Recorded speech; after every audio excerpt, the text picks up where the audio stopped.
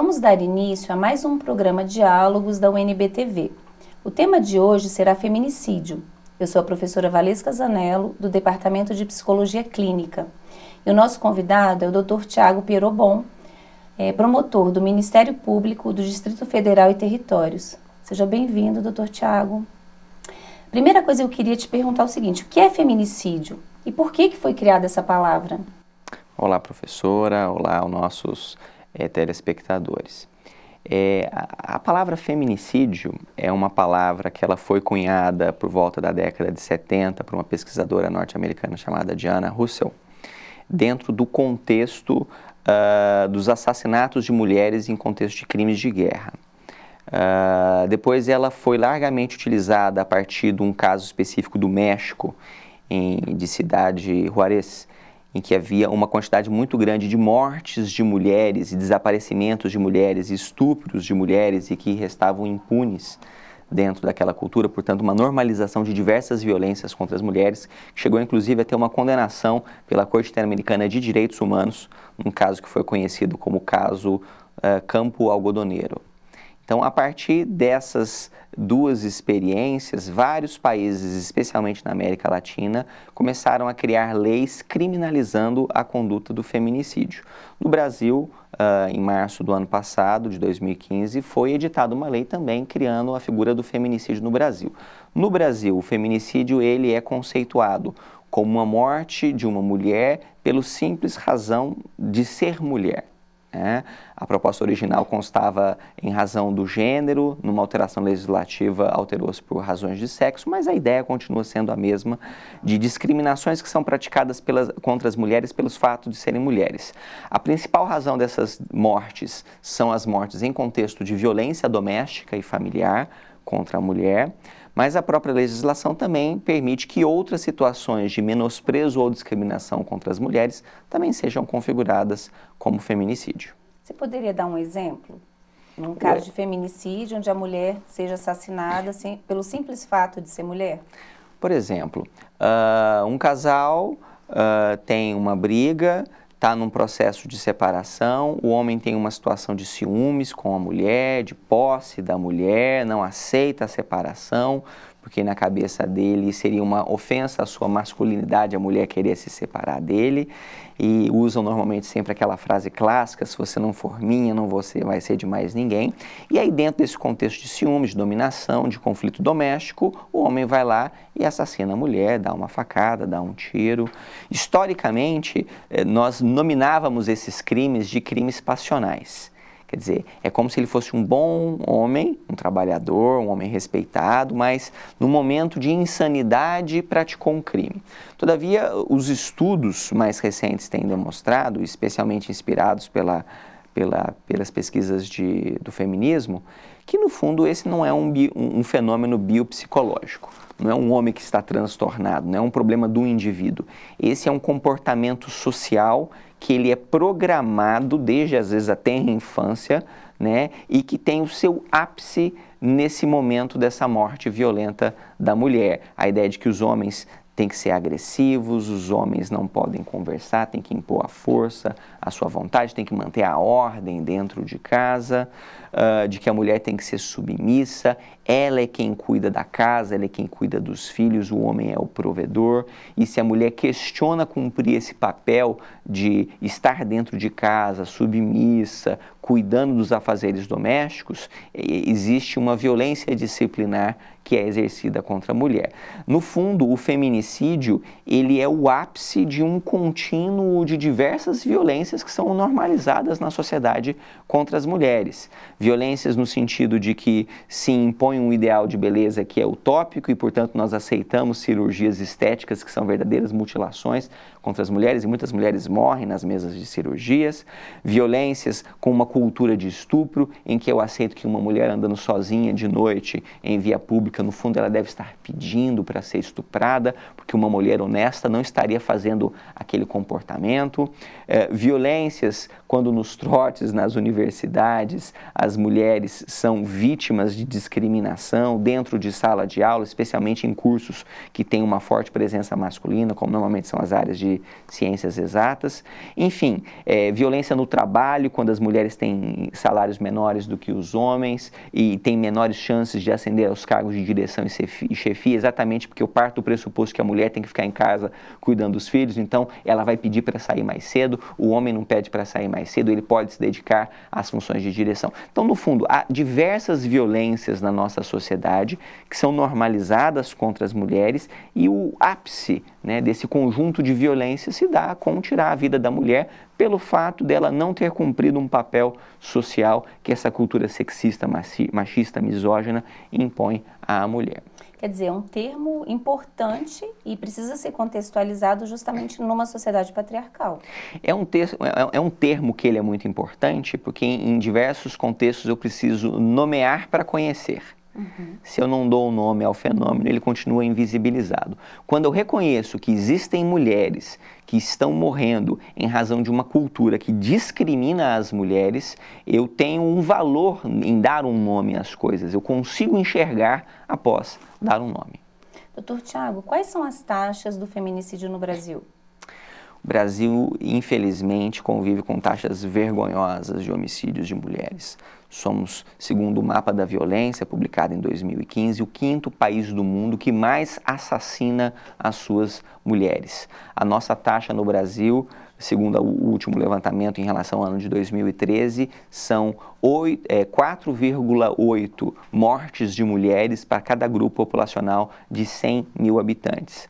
Nós estamos quase chegando a níveis de guerra civil em outros países que estão dentro desse contexto. Segundo a Organização Mundial de Saúde, as mortes de mulheres são um problema de verdadeira epidemia no contexto brasileiro.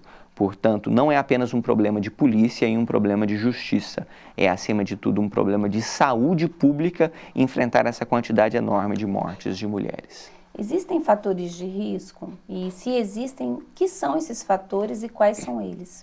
A literatura internacional tem indicado que as mortes de mulheres, elas podem ser identificadas com um conjunto de fatores que criam uma maior vulnerabilidade às mulheres virem a sofrer a violência doméstica e, portanto, nesse contínuo de violências, a violência letal, que seria o feminicídio. Os estudos têm apontado para um conjunto de fatores relativamente homogêneos. Por exemplo, fatores ligados ao histórico da personalidade do agressor. Uma pessoa que tem comportamentos violentos, comportamentos agressivos com aquela mulher, com os filhos, com outros familiares, com pessoas desconhecidas.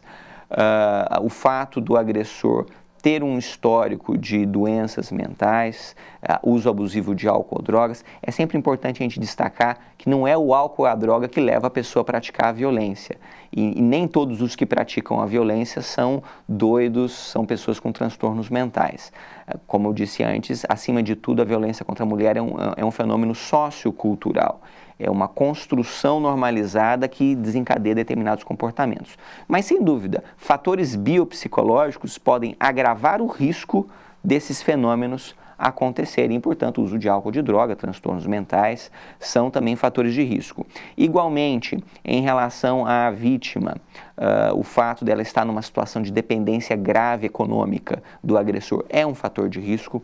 Isso não significa que as mulheres de classe média e classe alta estejam livres do fenômeno da violência doméstica. Infelizmente, essa é uma violência perversamente democrática. Ela atinge todas as classes sociais, todas as profissões, todas as cores, enfim. Mas as estatísticas têm indicado que quando a mulher está numa situação de dependência econômica, isso é um fator de vulnerabilidade para essa mulher. mulher, porque ela muitas vezes deixa de romper a relação marcada pela violência pela necessidade de manter o seu sustento. Existem outros fatores de risco, por exemplo, uma grave dependência emocional da vítima para com o agressor.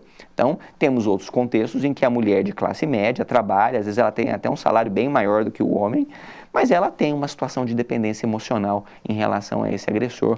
A ideia de que o papel da mulher na sociedade é ao lado de um homem, portanto, se ela não estiver de um lado de um homem, ela está encalhada, ela vai ser solteirona, ela vai receber uma hostilização social, ela não vai se enxergar como completa porque introjetaram nela, essa cultura sexista, a visão de que ela tem que estar ao lado de um homem para poder ser feliz.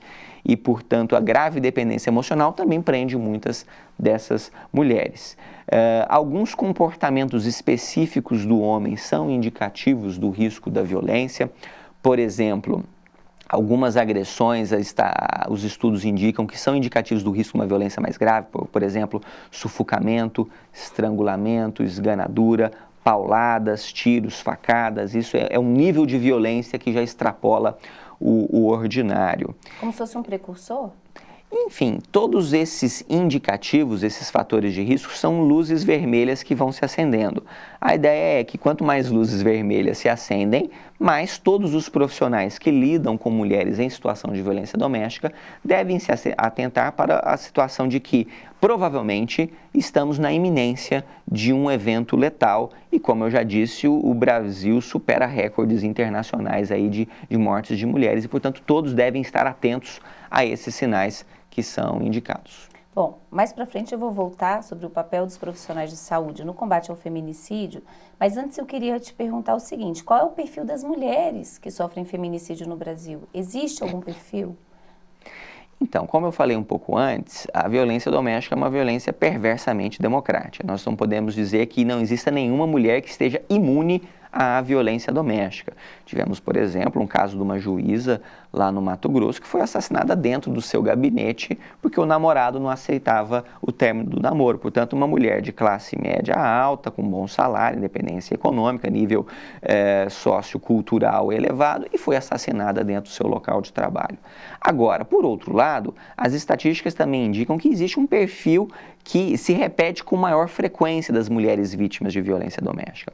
Então, normalmente são mulheres de classe baixa, e isso está ligado, portanto, à dependência econômica do agressor e a um conjunto de vulnerabilidades que a situação de pobreza gera em relação a essas mulheres.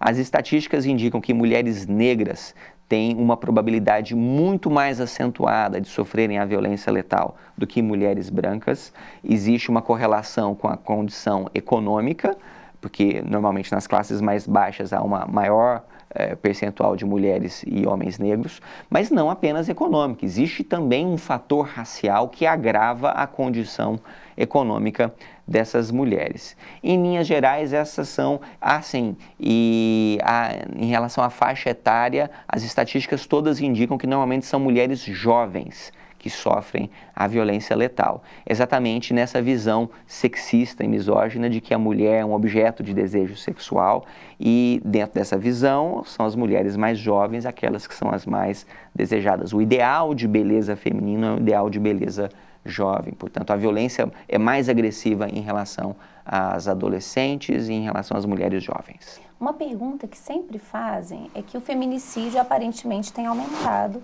mesmo com as políticas públicas na luta contra a violência contra a mulher. Você poderia comentar um pouco sobre isso? Essas estatísticas, elas têm que ser lidas todas com ressalva.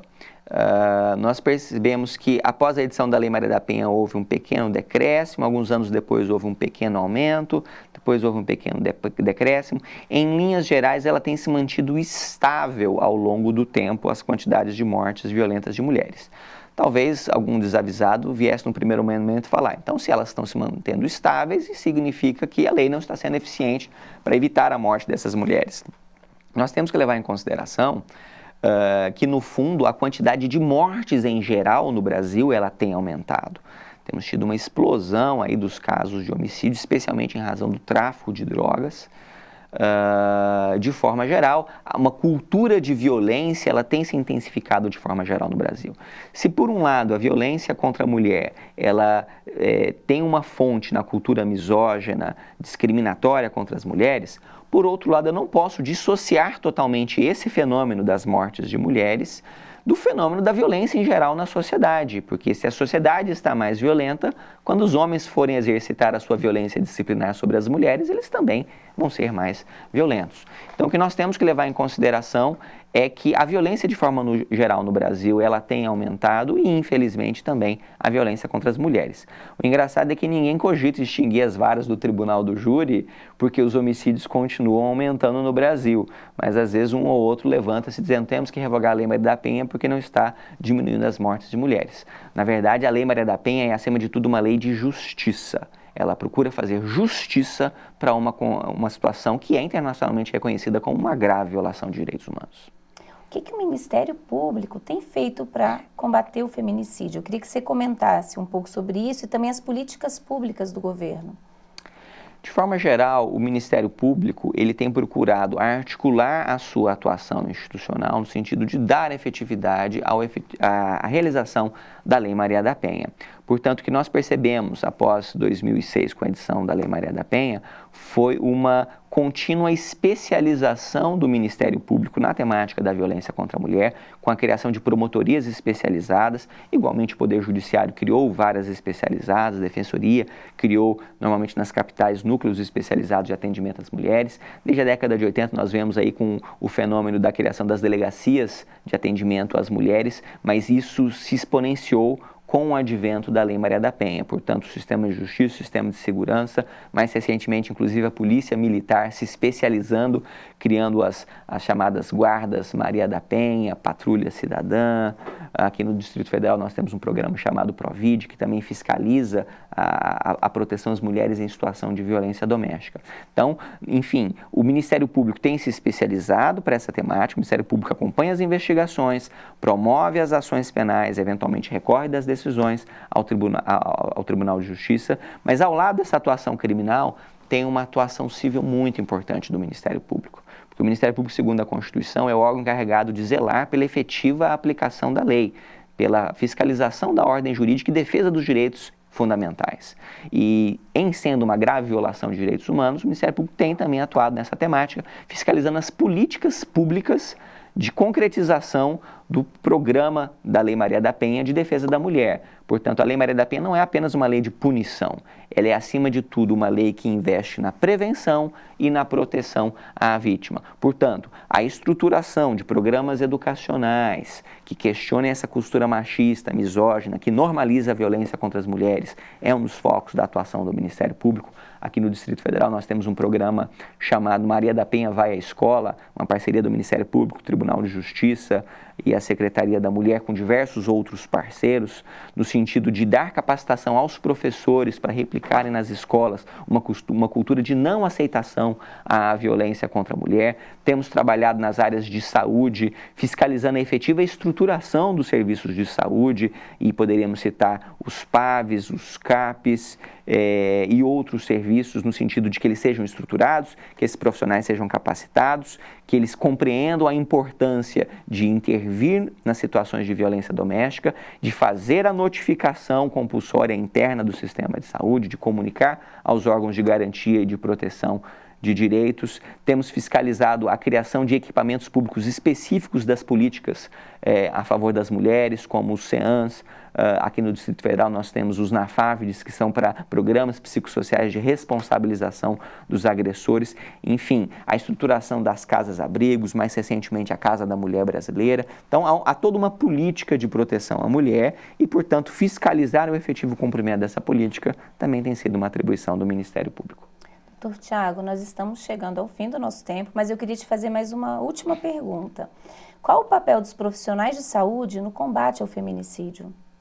Os profissionais de saúde têm um aspecto importantíssimo no enfrentamento desse grave problema de saúde, essa verdadeira epidemia, como eu já mencionei.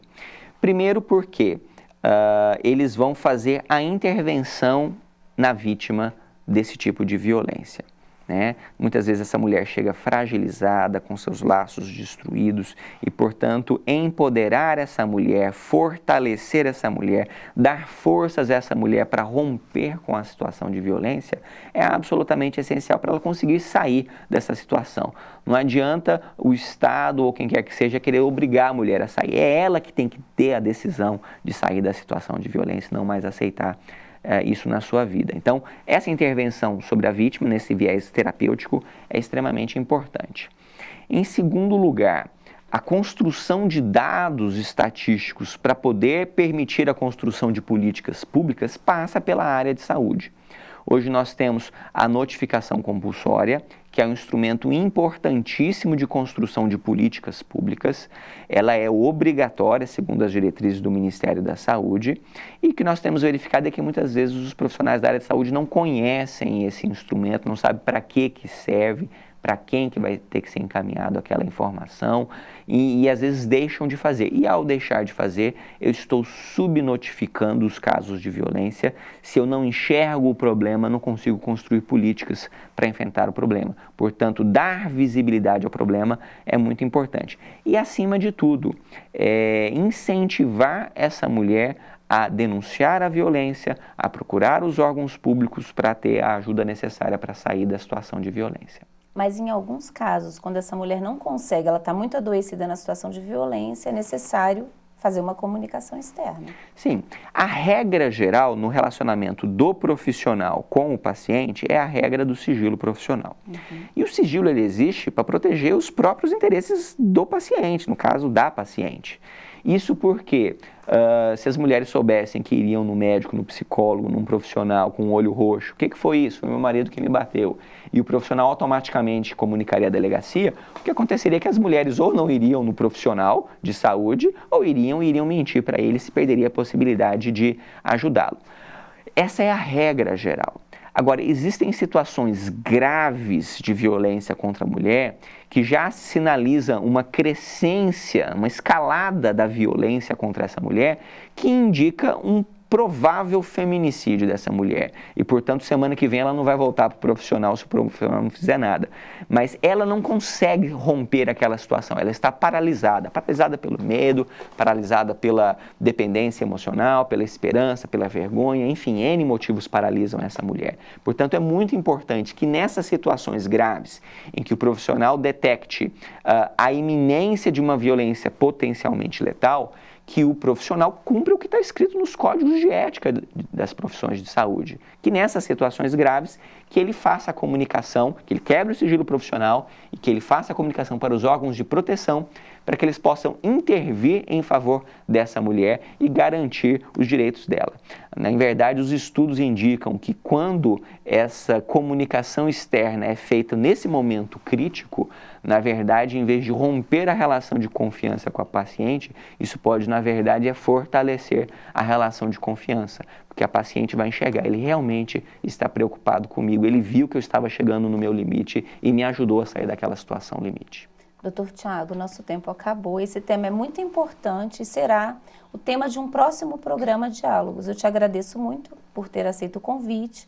A você também, telespectador, que nos acompanhou até agora. Nos encontramos num próximo Diálogos da UNB TV.